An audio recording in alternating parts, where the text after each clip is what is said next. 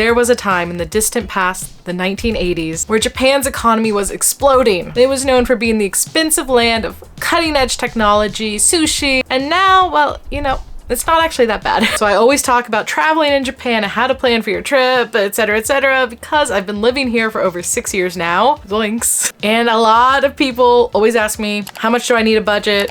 Is it expensive? Let's break it down. I'm gonna give you guys the rundown today. I'm gonna go over how much things cost, how much you should expect to spend for certain things, how much you should budget if you're planning to travel here. And I'm also gonna go over like different price ranges when I can. So before I get started, I wanted to preface this by saying I'm American and most of my audience is American, so keep that in mind when I'm talking about prices. I'm also gonna try to mention things also in USD as well as the Japanese yen. And we're gonna go with the current exchange rate of about 145 yen to the dollar. So, accommodation costs, hotels. So there's a lot of different hotel ranges and styles you could do while you're traveling here. So on the cheaper end, we have things like capsule hotels and hostels, which my younger viewers will be interested in. And these can range from about 3,000 to 8,000 yen a night on average, or about $20 to $60. I don't recommend staying in a capsule hotel for more than like one night, but that's a separate video. That's like the cheapest you could do. I recommend for most people the mid-range option, which is going to be like business hotels and then just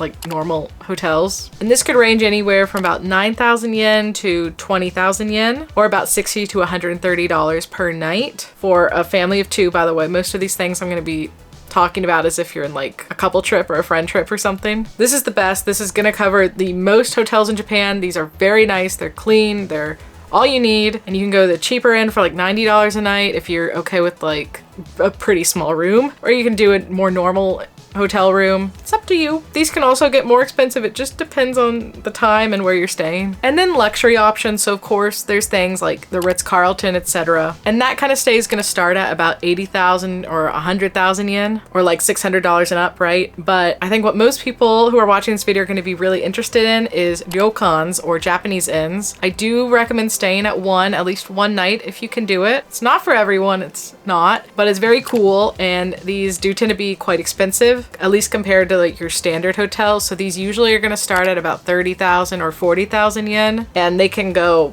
pretty all the way up. But these come with like an onsen usually. Stay at one with an onsen if you're gonna do it. And they also usually have an option where you can add on breakfast and or dinner. I recommend doing all of it if you can. It's definitely worth it. Next, food costs. So for your cheaper meals, you're gonna be looking at things like convenience stores. You know, they're really popular online.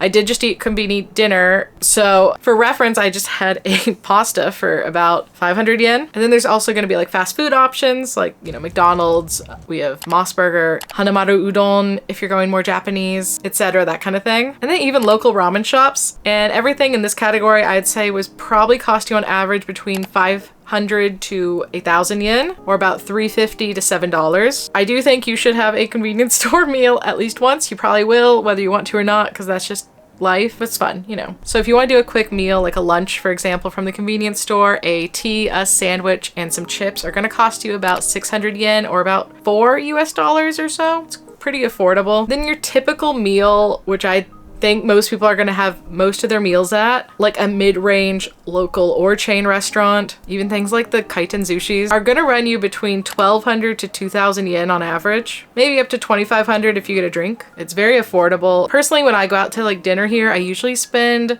about 1,800 yen on average, I'd say, for dinner, maybe 1,200 or 1,300 for lunch. And this would be like a set meal, like a teishoku or something similar like that. So rice, vegetables, meat. And then of course there's luxury options for food. So you could do fine dining, you can do a sushi omakase. The sky's the limit. I'd say a nice-ish dinner could start at for about 7,000 yen and probably go all the way up to like 30,000 yen on average. So about $60 to 250 maybe. I also wanted to include how much coffee costs, because I think this is very interesting and a good measure for basically everything in the city, right? How much coffee costs. So the cheapest option for coffee will probably be from the convenience store, where you can get like a bottled or a canned coffee for about 150 yen, or vending machines. But what I recommend getting at the convenience store is the coffee from like, they have these machines like at basically every convenience store now, where you buy like a paper cup or a cup with ice in it, and then you fill it up at the machine yourself. And this usually costs about 200 to 300 yen, depending on the coffee you're getting. It's like $1.50. It's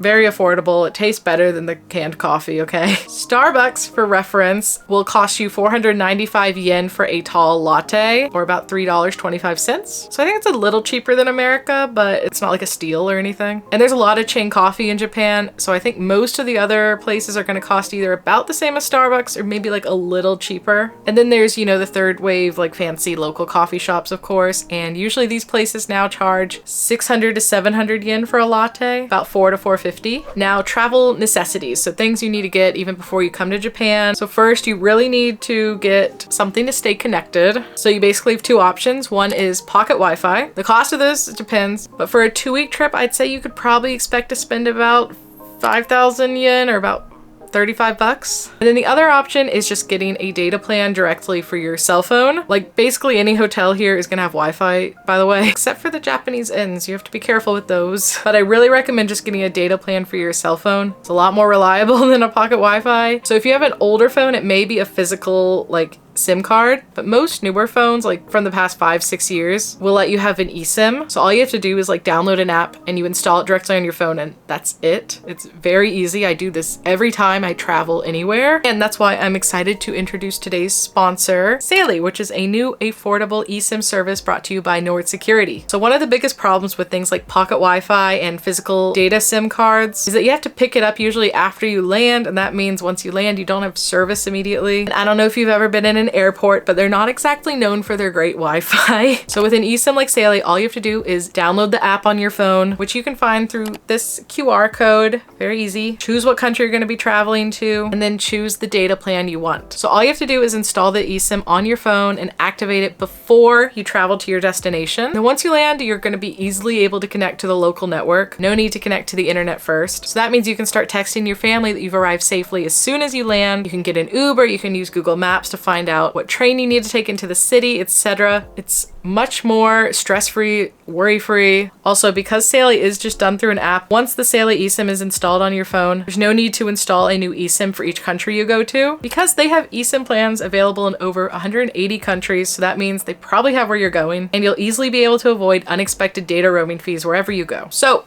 when you do buy your eSIM, make sure you use my code at checkout, Allison in Tokyo, to get an exclusive deal of 15% off your first purchase. Yay! So, thank you, Saily. And next, get travel insurance. Don't be lazy. Don't do it. You don't know what's gonna happen. The travel insurance could cover things like unexpected medical costs, if you lose something, cancellations. There's different types of insurance out there. But look, if you're doing something like skiing or something in Japan and you're not getting insurance, you're insane. Get it? The healthcare system is much more affordable than America's, but it's not free. So an insurance plan will run you about 5,000 to 15,000 yen, or $35 to $100, just depending on the coverage and your trip duration. Next, transportation costs. So on the cheap side, local train rides and such in Tokyo are gonna run you about 200 to 500 yen per trip, about $1.50 to $3.50, pretty affordable. Long distance, so like if you go from Tokyo to Kyoto, however, is where things can really add up. It totally depends on what you're gonna be doing on your trip, but the bullet train from Tokyo to Kyoto is about 13,000 yen for a normal seat, or about $90 US. There's also more expensive upfront options like the JR Pass or JR Regional Passes. See my other videos for information on that and if they're right for you. But these could cost anywhere from like $200 to $600. And I'd like to make a note on taxis. Be careful, okay? The taxis are quite expensive in Tokyo. There's no Ubers here. If you use Uber, it'll like kind of work, but it actually just calls you a taxi. Be careful if you're trying to budget. For example, I took a 15-minute taxi ride the other day. It cost me, I think, 3,500 yen. This was at night, so it does depend on the time of day you go. It's more expensive late at night and things like that. But yeah, they're kind of expensive. Next, activities and attractions and such. So free things do exist in Japan. So things like parks and temples usually are free, or if they're not, it'll just be a small fee, maybe like 500 yen or even less. Like some gardens, castles, things like that do charge the small admission fee, either because they're private or they need to so they can keep up with the upkeep. For example, Shinjuku Gyoen will cost you 500 yen, about $3. Most museums and such in Tokyo will run about 1,000 to 2,000 yen, 7 to 14 US.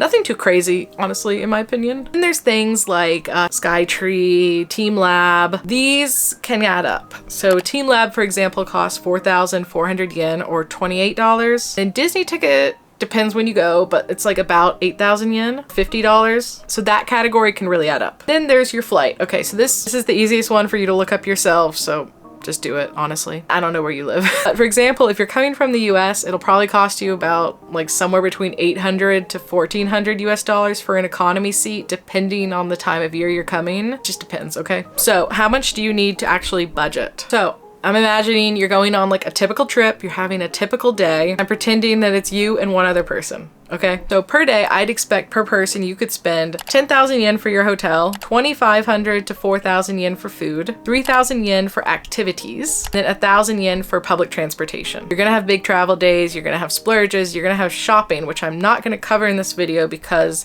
how much you spend shopping here at Don Quixote is between you and God. I don't wanna know. Just spent $200 there today. So in total for your whole trip, not including shopping or the flights or other big experiences, like if you're going skiing or something, okay, maybe your budget should look something like this. So let's say you're doing a 6-day trip just to Tokyo. If you're doing it as cheap as you can, I'd say you could get away with about $800 for super budget people. For mid-range travelers, probably the majority people who are watching this video, I'd say you could plan to spend about $2,000 for a 6-day trip. And for luxury, more high-end, I'd say it would start at about $4,000. And a more typical trip, let's say a 14-day multi-city trip, your first trip to Japan kind of thing. Say for budget travelers, I would expect to spend about $2,000. Remember, we have the bullet train and stuff. There's like buses and stuff, but mid-range, so majority of people probably watching this, I'd say expect to spend between $3,500 and $4,000-ish. And then luxury starts at like $8,000. Again, not including flights and not including shopping. Yeah, you know,